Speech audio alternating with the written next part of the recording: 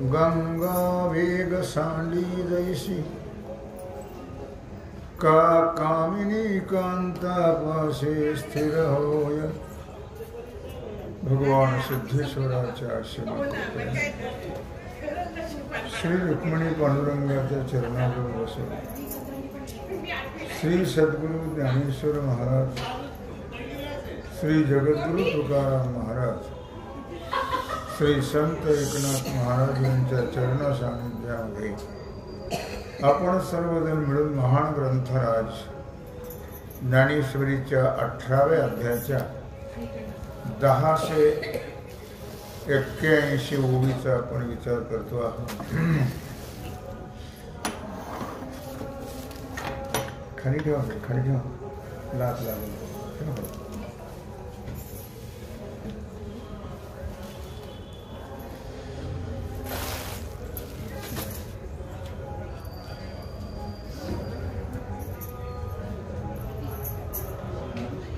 घडता महोदधिशी गंगा वेग सांडी दैशी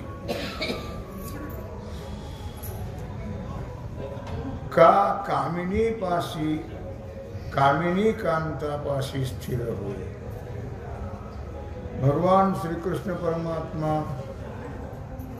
अर्जुनाला सांगतात की अर्जुना,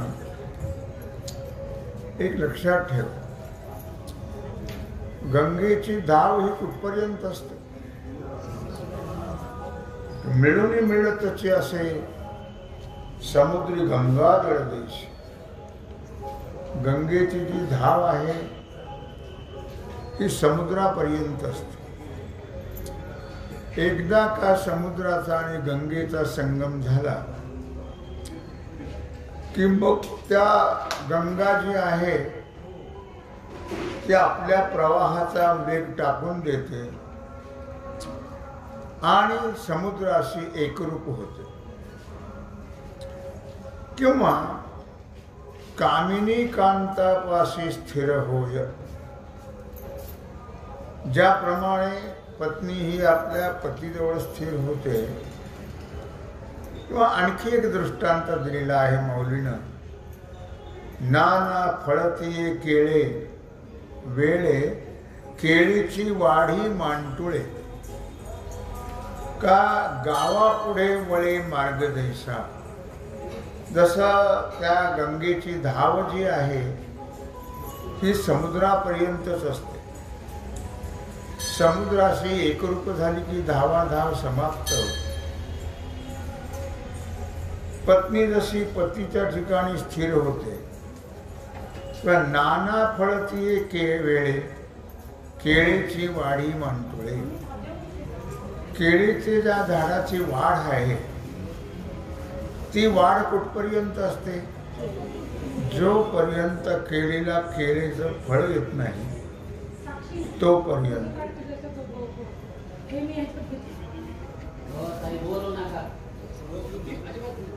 एकदा का ते फळ आलं की केळीची वाढ समाप्त होते। किंवा रस्ता कुठपर्यंत असतो? धावायचं धावायचं धावायचं गाव येईपर्यंत। गाव आलं की रस्ता संपला। ह्या 2-3 दृष्टांताप्रमाणे 4 दृष्टांत दिले त्यांनी या 2 ओव्यामध्ये त्याचा सिद्धांत सांगता येतात।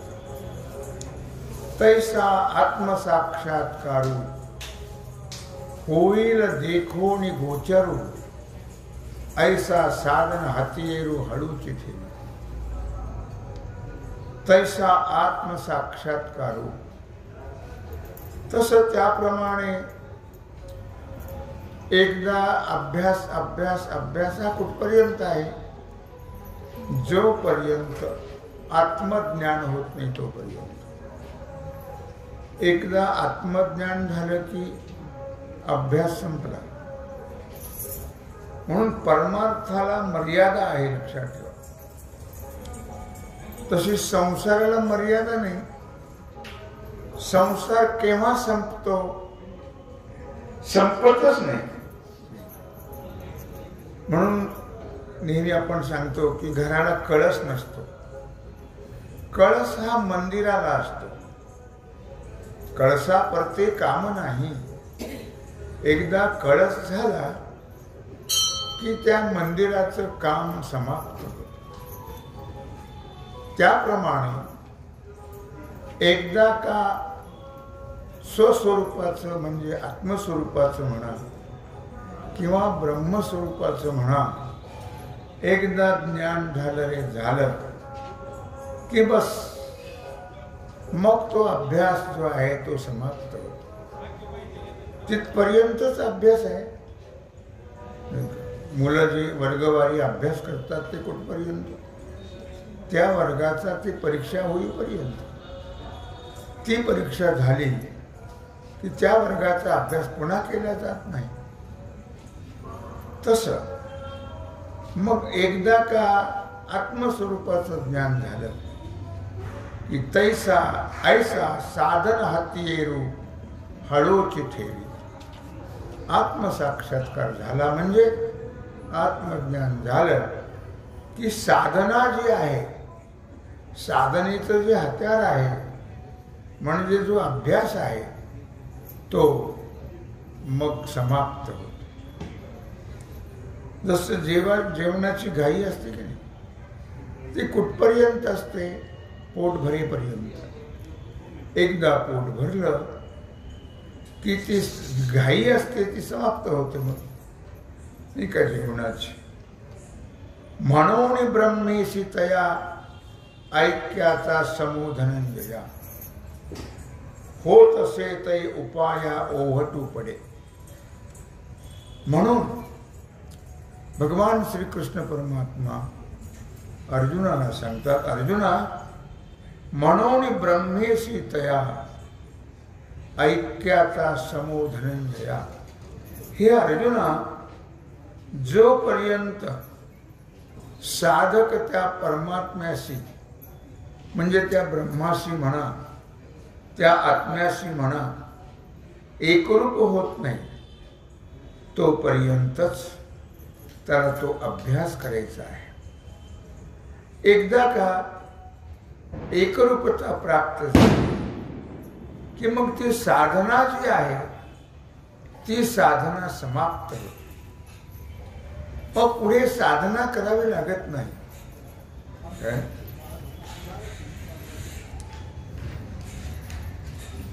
म्हणून ब्रह्मेशी तया ऐक्याचा समूह धनंजया.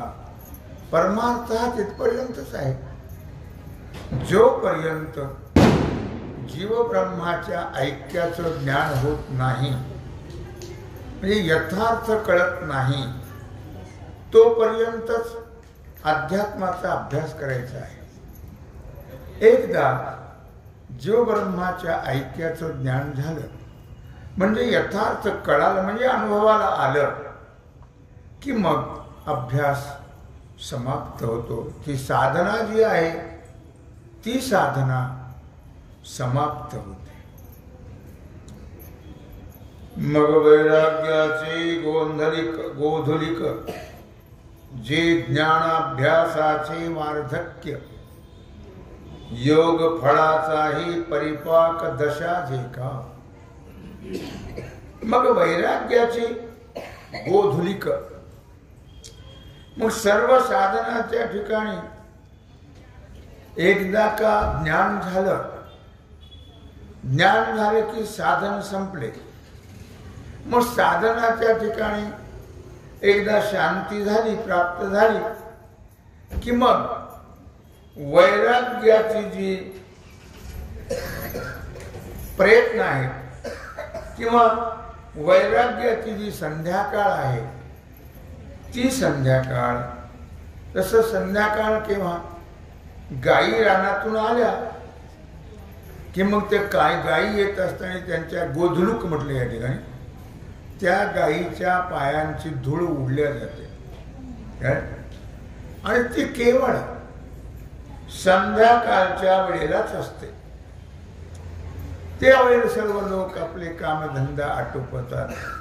सायंकाळी शेतातली कामं वगैरे सगळे कामधंदा आटोपल्या जातो आणि मग सर्व काम करणारी माणसं विश्रांती घेण्याकरता घरी येतात. होत असे ते उपाया ओहटू पडे. आणि मग ते अशा प्रकारे त्याप्रमाणे ही जी वैराग्याची गोधूळ आहे ती गोधूळ कुठपर्यंत आहे? संध्याकाळची जी असते ती कुठपर्यंत आहे? जोपर्यंत ज्ञान प्राप्त होत नाही तोपर्यंत. पुन्हा वैराग्य सांगावं लागत नाही. ते एकदा का अंगी वैराग्याचे बळ असं म्हटलेलं आहे.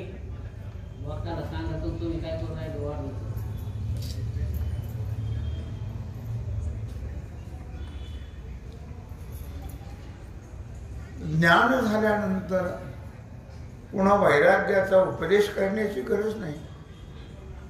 ते वैराग्य अंगी बांधलेलंच असतं. त्यांना पुन्हा अशा प्रकारे त्याच्याकरता प्रयत्न करण्याची गरज नाहीये. लक्षात ठेवा.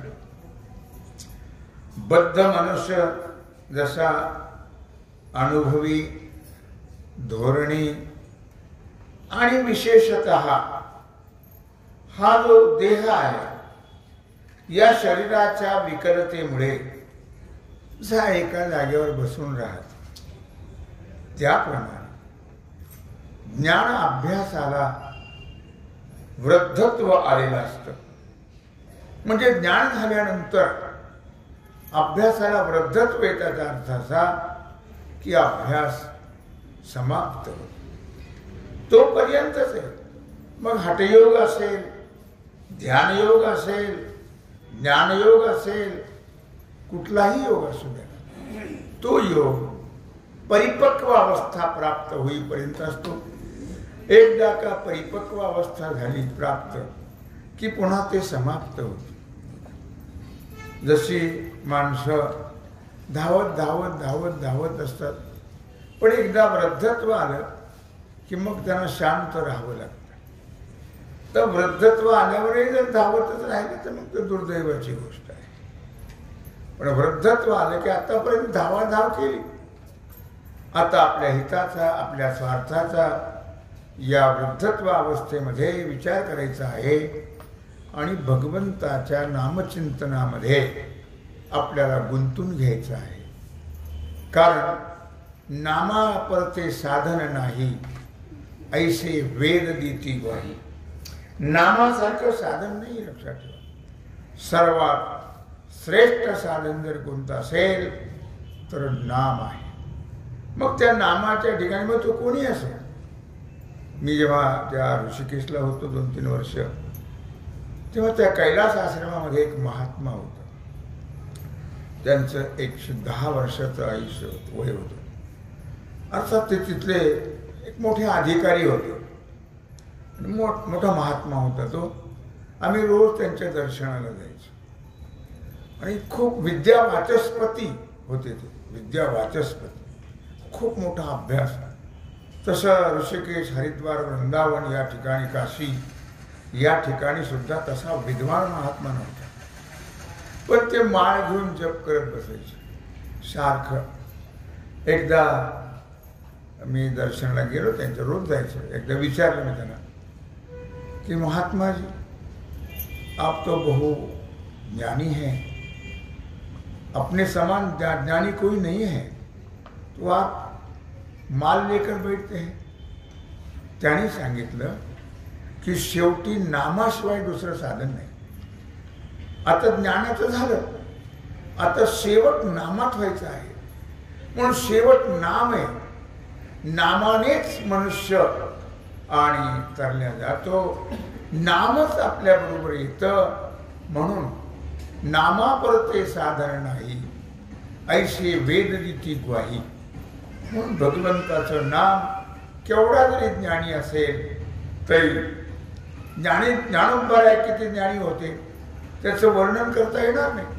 उपजताच ज्ञानी हे वर्म जाणोनी आले लोटांगणी चांगले. ते ज्ञानोबराय सुद्धा ज्ञानदेव मौन जपमाळ अंतरी धरोनी श्रीहरी जपे सदा. ज्ञानदेवा मौन जपमाळ अंतरी धरोणी श्रीहरी जपे सदा. एवढे मौली ज्ञान स्वरूप होते, ज्ञान देव होते, ज्ञान राजे होते, पण शेवटी ते सुद्धा ज्ञानदेवा मौन जपमाळ अंतरी धरोणी श्रीहरी जपे सदा. अखंड भगवत चिंतनामध्ये ज्ञानी महात्मे सुद्धा रममान झालेले असतात आणि मग ती ज्ञानाची, योगाची, भक्तीची, हठयोगाची असेल, ध्यानयोगाची असेल, ज्ञानयोगाची असेल, याची परिपक्व अवस्था म्हणजे भगवत चिंतन आहे. लक्षात ठेवा. ते शांती पैगा सुभगा. मग शेवटी ओम शांती शांती शांती. शेवटी शांती. पुन्हा काही करायचं राहिलेलं नसतं.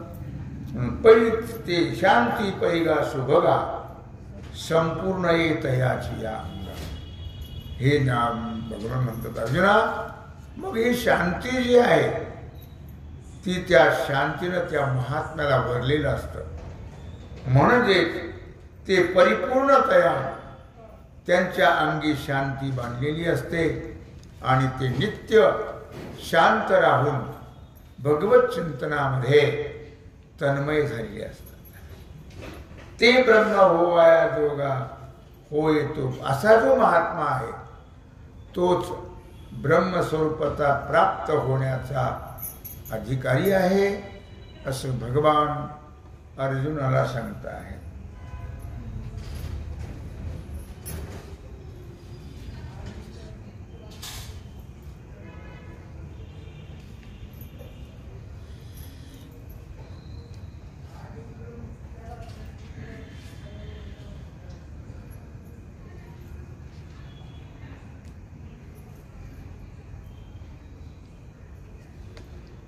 काय म्हटलं भगवंतानी या ठिकाणी की ते शांती पैगा सुभगा संपूर्ण येतयाची या अंगा. ते ब्रह्म होवया जोगा होय तो पुरुष. अशा प्रकारे ती जी शांती जी आहे लक्षात ठेवा. ती शांती अर्जुना भगवान अर्जुनाला सांगतायत की अर्जुना अशा प्रकारे ती साधन शांती आहे. पुन्हा साधना करायची राहिलेली नाही आहे. साधनेची परिपक्व अवस्था म्हणजे शांती आहे. शांती म्हणजे शांतीत शांत राहायचं एवढंच नव्हे तर भगवंताच्या नामचिंतनामध्ये एकरूप होऊन जायचं, घडून जायचं. नामचिंतनाला किती महत्व आहे. तुम्ही जर स्वयंपाक करता करता रोज नित्याने नामस्मरण जर करत राहिला ते अन्न अमृत होतं. अमृत लक्षात ठेवा. आणि खाणाऱ्यावर त्याचा निश्चित परिणाम होतो आणि त्या खाणाऱ्याचे दुर्गुण समाप्त होतात. एवढं सामर्थ्य त्या नामामध्ये आहे. म्हणून नाथराय सुद्धा म्हणले किंवा सर्व कार्य करिता हरी बोला. हरी बोला भांडता, हरी बोला कांडता, उठता बैसता हरी बोला. काय नित्य भगवत चिंतन करत राहणं त्याला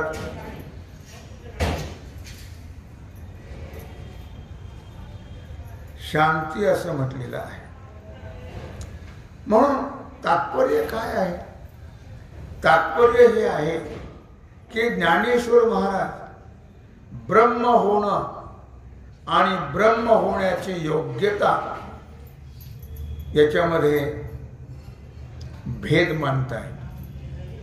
ब्रह्म होणं वेगळं आणि ब्रह्म होण्याची योग्यता प्राप्त होणं वेगळं.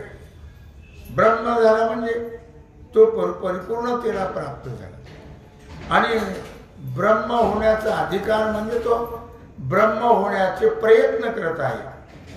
अधिकार त्याला प्राप्त झालेला आहे. म्हणून ब्रह्म होणं आणि ब्रह्म होण्याचे प्रयत्न करणं याच्यामध्ये जमीन आसमानचा फरक आहे.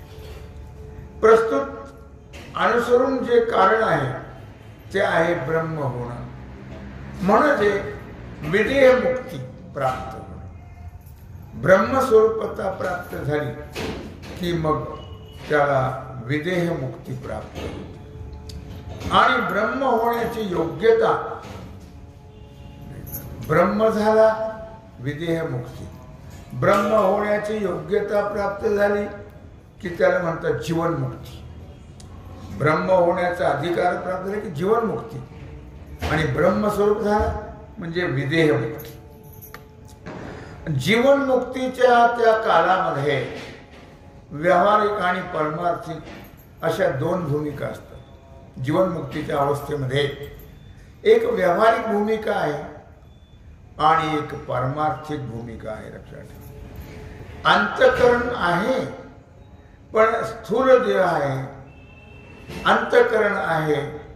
आणि व्यावहारिक भूमिका अशी आहे की अंतःकरणामध्ये चिंतन कोणाचं असावं, अंतःकरणामध्ये भगवंताचं चिंतन असावं. अंतःकरणामध्ये जरी व्यवहार जरी असला, संत महात्मे व्यवहार करत होते. असोनी संसारी जिव्हे वेग करी, वेद शास्त्र उभारी बाह्या सदा. ते प्रपंचात नव्हते असं काय नाही, प्रपंचात ते होते, प्रपंच त्यांच्यात नव्हता. नाही का? त्या गोपिकांची अवस्था काय होती? मन हे गोविंदी देह काम करी हो. नाही का? मन कुठं होतं त्यांचं? भगवंताच्या ठिकाणी. त्यांच्या मुखात काय होतं? भगवंताचं नामस्मरण, आणि देहाने मात्र व्यवहार करत होत त्या. असं नाही आहे काही. म्हणून अवशिष्ट प्रारब्ध जोपर्यंत आहे शिल्लक, तोपर्यंत देहेंद्रियाकडून व्यवहार होतच असतो. व्यवहार करायचा नसतो, व्यवहार होतो. जोपर्यंत आपलं प्रारब्ध, मग तो ज्ञानी का असे ना, प्रारब्ध आहे तोपर्यंत त्याचा व्यवहार होत असतो. तर ज्ञान, ध्यान, योग यांच्या दीर्घकालीन अभ्यासामुळे, याचा खूप अभ्यास करावा लागतो. 2 दिवस केलं की झाला असं नाही. अखंड जन्मभर ज्ञानाचा अभ्यास आहे. ज्ञान होईपर्यंत ध्यानाचा अभ्यास आहे. ध्यान साध्य होईपर्यंत नामाचा अभ्यास आहे. भगवत स्वरूपता प्राप्त होईपर्यंत या सगळ्या गोष्टीला मर्यादा आहे. पण ते घडेपर्यंत त्या साधना कराव्या लागतात. आणि पुन्हा त्या साधनाचे जे संस्कार आहेत, त्या अभ्यासाचे जे संस्कार आहेत, ते परमार्थ साधनांचीही अनुवृत्ती असते. ते संस्कार जे आहेत, ते संस्कार कोणतेही वायाला जात नाहीत. लक्षात ठेवा, संस्काराला फार मोठं महत्त्व आहे. म्हणून आई वडिलांवर फार मोठी जबाबदारी आहे.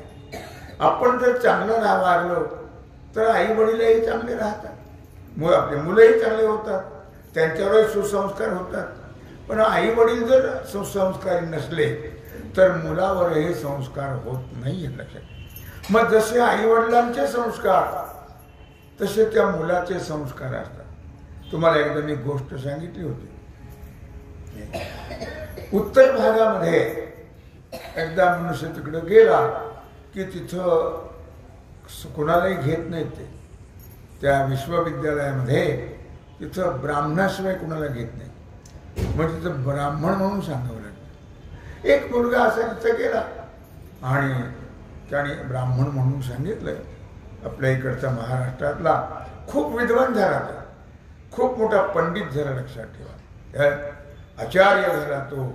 आणि मग त्याला तिथल्याच एका पंडिताने आपली मुलगी दिली. त्याला 10 पंडित आहे, आचार्य आहे, एवढा विद्वान आहे, ब्राह्मण आहे, म्हणून त्याला ती मुलगी दिली. त्यांचं लग्न वगैरे झालं. पुढे ती विचारायची त्यांना नेहमी, ती मुलगी, खरंच तुम्ही कुठल्या समाजाचे आहात? तू सांगायचं मी ब्राह्मण आहे. पुन्हा बोलायचं कामच नाही. मग पुढे 2 मुलं झाली. त्या ती मुलं असे खेळू लागली. मग ते खेळता खेळता काय करायचे, कुठे कुणाचा तुटका जोडा पडला की आण, कोणाची तुटकी चप्पल पडली की आण, कुठं कातऱ्यात तुकडा पडला की आण. त्या मुलीला फार खेद व्हायचा. हा काय प्रकार? आम्ही दोघं तर सुसंस्कारी आहोत, ही मुलं अशी का करतात? कातडीत जमा करतात, चप्पल आणि तुटकी कोणाची जोडाला पुढं पडला की हा काय प्रकार? याने वेदाध्ययन करायचं सोडलं काय आणि मुलं अशी करतायत. मग तिनं विचारलंच त्याला एकदा, खरंच सांगा तुमचा समाज कोणता आहे? कारण मुले असं का वागतात? ते तुमचे संस्कार आहेत, त्याच्यावर घडलेली घटना आहे. मग आता त्याला वाटलं तर 2 मुलं झाले तर काय करते, काही करणार नाही. त्याने सांगितलं मी चर्मकाराचा मुलगा आहे. चर्मकाराचा मुलगा असं म्हटल्यावर त्या मुलीने लगेच आत्महत्या केली. लगेच. जुन्या काळातली गोष्ट ही फार. तेव्हा मला सांगायचं काय, संस्कार आपले जसे संस्कार असतील तसे मुलावरही ते संस्कार घडल्या जातात. आपण जर पंढरीची वारी करत असो तर आपले मुलंही कधीतरी पंढरीची वारी करतीलच, त्याच्यात वाद नाही ना. आपण देवाचं भजन करत असो तर मुलावरही ते संस्कार होतात. आणि म्हणून मी तुम्हाला सांगितलं की तुम्ही जेव्हा स्वयंपाक करत असता, चहा करत असता, पाणी भरत असता, तेव्हा नाम घ्या देवाचं. देवाचं नाव घेतलं की ते पाणी, तो चहा, ते अन्न अमृत बनले जातं. असं त्या नामाचा महिमा आहे. आणि मग खाण्यावर त्याचा परिणाम होतो. आणि ते दुर्व्यसनी जरी असले तरी त्यांचं दुर्व्यसन नष्ट होऊन ते सुसंस्कारी बनल्या जातात. असा अन्नाचा महिमा आहे.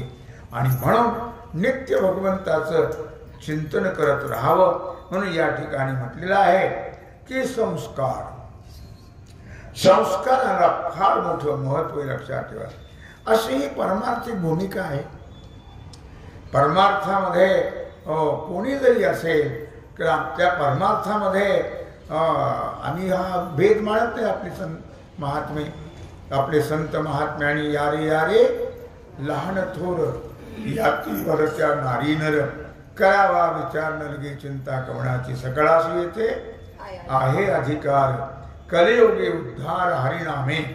हे जरी खरं असेल तरी परंतु सर्वांनी कुणीही असो तो काय भगवत चिंतन करणं हे फार महत्त्वाचं आहे.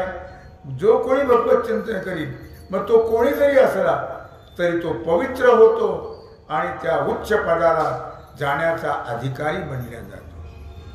आणि म्हणून मनुष्याने नेहमी शुद्ध वागावं, शुद्ध आहार घ्यावा आणि शुद्ध परमात्म्याशी एकरूप होण्याचा अभ्यास करावा.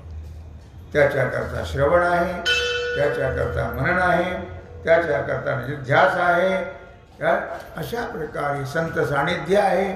संतांच्या सानिध्यामध्ये तो अभ्यास करत राहिलं की श्रवण करत राहिलं, मनन करत राहिलं, निध्यास करत राहिलं की निश्चित आपल्याला सुद्धा ती अवस्था प्राप्त झाल्याशिवाय राहत नाही आहे.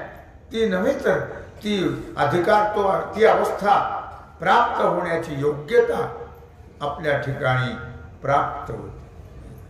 जशी मुलं हे मोठमोठ्या परीक्षा देतात आणि मग त्यांना ती पदवी मिळते, ती स्थिती त्यांना प्राप्त झाली. आता पुढचं त्याला जे काही त्यांना मिळवायचं आहे, जी काही सर्व्हिस करायची आहे, त्याच्याकरता तो त्यांना अधिकार प्राप्त झाला. मग ते सर्टिफिकेट दाखवलं की त्यांना त्या उच्च पदावरती त्यांना प्राप्ती होते. तसं हे आहे. एकदा त्या मनुष्याला ती योग्यता प्राप्त झाली की तो निश्चितच ब्रह्मीभूत ब्रह्मैव भवती. मग ते ब्रह्मच होऊन जातात, अशी स्थिती आहे. असं भगवान श्रीकृष्ण परमात्मा अर्जुनाला सांगता आहेत. उन्हाळी उणी चतुर्दशी जे तुले उणे पण शशी का 16 उणी जैशी 15वी वाणी. पुन्हा भगवान दृष्टांत देऊन सांगता आहेत. पुनवे उणी चतुर्दशी जे तुले उणे पण शशी. पौर्णिमेपेक्षा शुद्ध चतुर्दशीला चंद्रामध्ये ज्याप्रमाणे प्रमाणात कलेचा उणेपणा असतो. चंद्र केव्हा पूर्ण होतो तर चंद्र हा पौर्णिमेला पूर्ण होतो. चतुर्दशीला कमी असतो, तो उन्हा असतो. त्याला पूर्णत्व प्राप्त होण्याकरता जशी पौर्णिमा प्राप्त व्हावी लागते. का 16व्या दिवशी 15वी वाणी किंवा 16,000च्या सोन्यापेक्षा जसं 15,000चा कस कमी असतो. आणि 16 माऊलीच्या काळामध्ये हे सोन्याचे दर होते 15, 15.5, 16. 15चं सोनं कमी दराचं आणि 16 दराचं सोनं हे उत्तम. त्याप्रमाणे कारण त्या काळामध्ये 15.5 व्हावे, मिसळावे तरी 15.5ची व्हावी असं माऊलीची ओवी आहे. की जर आपल्याला 15.5 उत्तम सोन्यात मिक्स करायचं असेल तर त्याला सोनं सुद्धा त्याच दराचं पाहिजे, काय त्याच कसाचं पाहिजे, तेव्हा त्यात मिक्स करता येतं. त्याप्रमाणे मनुष्याला तो अधिकार प्राप्त झाल्याशिवाय ते पद जसे मिळत नाही, त्याप्रमाणे हा सुद्धा अधिकार प्राप्त झाल्याशिवाय भगवत पदाची प्राप्ती होऊ शकत नाही असं माऊली ज्ञानराज वर्णन करत आहेत. आणि भगवान श्रीकृष्ण परमात्मा अर्जुनाला सांगता आहेत किंवा नेहमी मनुष्याची जी धाव आहे ती जशी धाव परमार्थातली, संसारातली नव्हे, संसारातली धाव संपतच नाही. माणसं म्हातारी झाली, थकली, एका जागेवर बसली तरी त्यांची धावाधाव काही संपत नाही. ते धावतच राहतात. ऐकायला येत नाही, धड बोलता येत नाही, धड चालता येत नाही, तरी पण धावाधाव काही संपवावी लागते. आणि मग ठाईचं वैसोणी करा एक चित्त आवडी अनंत आळवावा. घरातली काही शहाणी माणसंही सांगत असतात, तुम्ही नका आता पुढे याच्यामध्ये, तुम्ही आपलं भजन करीत राहा, मंदिरात जा. नाही तसं कसं सोडावं, कसं सोडा, थोडं सहकार्य. आता काय सहकार्य, दगडाच ते सांगतात ना बिचारे, तरी माणसं ऐकतच काही. चिंतन किती पडिले बळ ना इंद्रिया सकळा. म्हणून मग भगवंतानी अर्जुनाला सांगितलं, अर्जुना परमार्थाची धाव तिथपर्यंत आहे. जोपर्यंत ते स्वरूपाची प्राप्ती होत नाही तोपर्यंत. एकदा स्वरूपाची प्राप्ती झाली की धावाधाव संपली. तेव्हा झालेली सेवा भगवत चरणी समर्पित करून राहिला जो सेवेचा भाग आहे तो आपण उद्या बघू. पुंडलिक वरदा.